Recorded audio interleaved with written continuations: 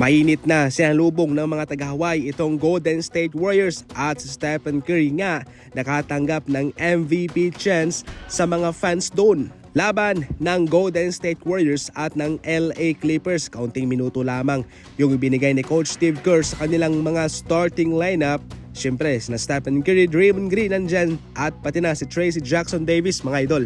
Dikitan lamang yung kanilang labanan at yung kanilang scoring hanggang sa umabot na sa mga huling segundo sa fourth quarter. 88-90 ang score, 90 ang Clippers, 88 naman ang Golden State Warriors. Pero ayun nga, dahil sa 3-pointers ni Lindy Waters, nako, panalo pa ang Golden State Warriors. 91-90 ang score.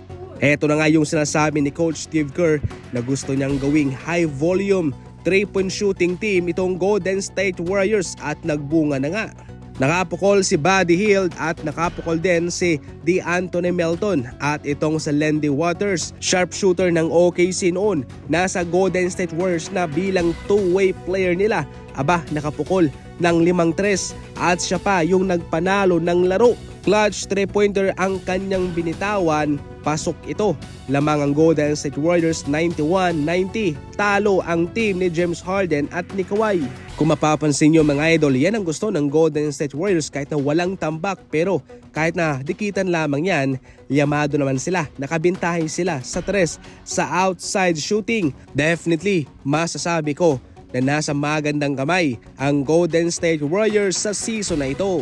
Lindy Waters III, 15 points, 3 rebounds, 5 3-pointers. Moses Moody, 12 points, 4 rebounds and 2 steals. Zubac para sa Clippers, 14 points, 6 rebounds and James Harden, 13 points.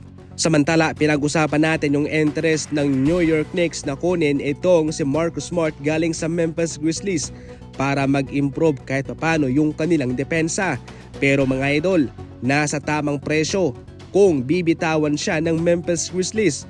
Pero ayon mismo sa mga eksperto, malabo nga itong mangyari kung saan gustong-gusto ng Memphis Grizzlies itong maibibigay ni Marcus Smart sa kanila.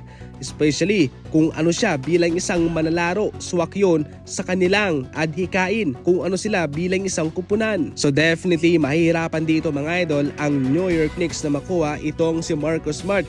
Dahil sa ngayon kinakailangan kasi ng Memphis Grizzlies ang mga katulad ni Marcus Smart para sa kanilang kupunan. Sa kadahilanang babalik sila ngayon sa season na ito na malakas at nandyan na nga sila Ja Morant at kumpleto na sila. Meron pa silang panibagong center at itong si Marcus Smart ang kumompleto na sa kanilang roster. Hindi naman may itatanggi na malakas nga sa opensa itong New York Knicks, pero kinakailangan din nilang palakasin yung kanilang depensa. Sad to say, mukhang mahihirapan silang makuha si Marcus Smart.